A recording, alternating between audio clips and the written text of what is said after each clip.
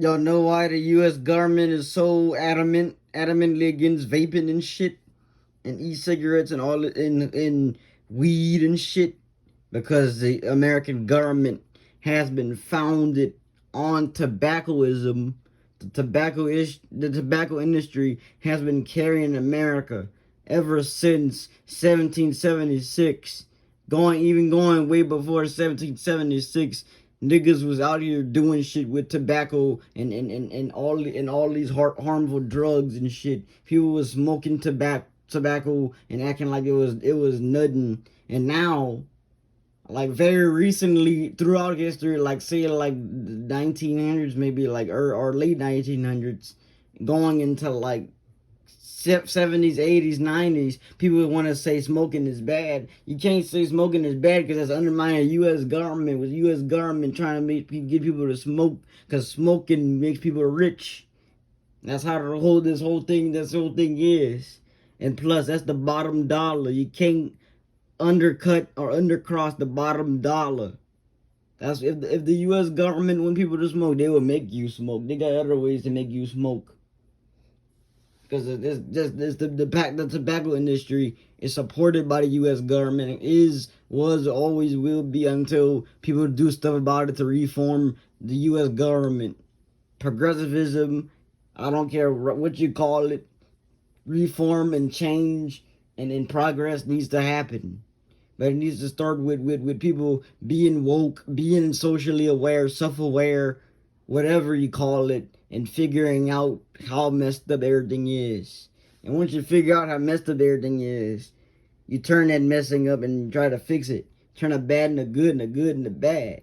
It's called relativism.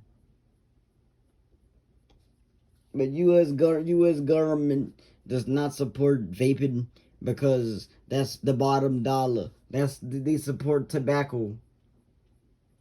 And plus, with the prohibition, the reason why we still don't got the prohibition, or we still don't have the 18th Amendment to this day, is because alcoholism is powerful. These drugs and shit is powerful. I don't think Christians cannot go straight edge. You can't have a country that's straight edge because everybody want to do some sort of drug, take some sort of pill, smoke some sort of hookah or weed or something. So going straight edge is impossible. This dominionism or Christianity or whatever being forced upon us, you can't do it.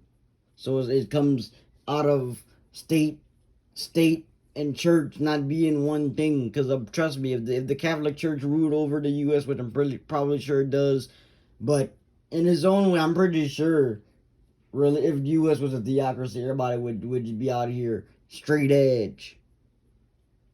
Which straight edge don't work because technically everything is a drug. Everything is something that you get addicted to. So prohibition don't work. The thing with the vaping works.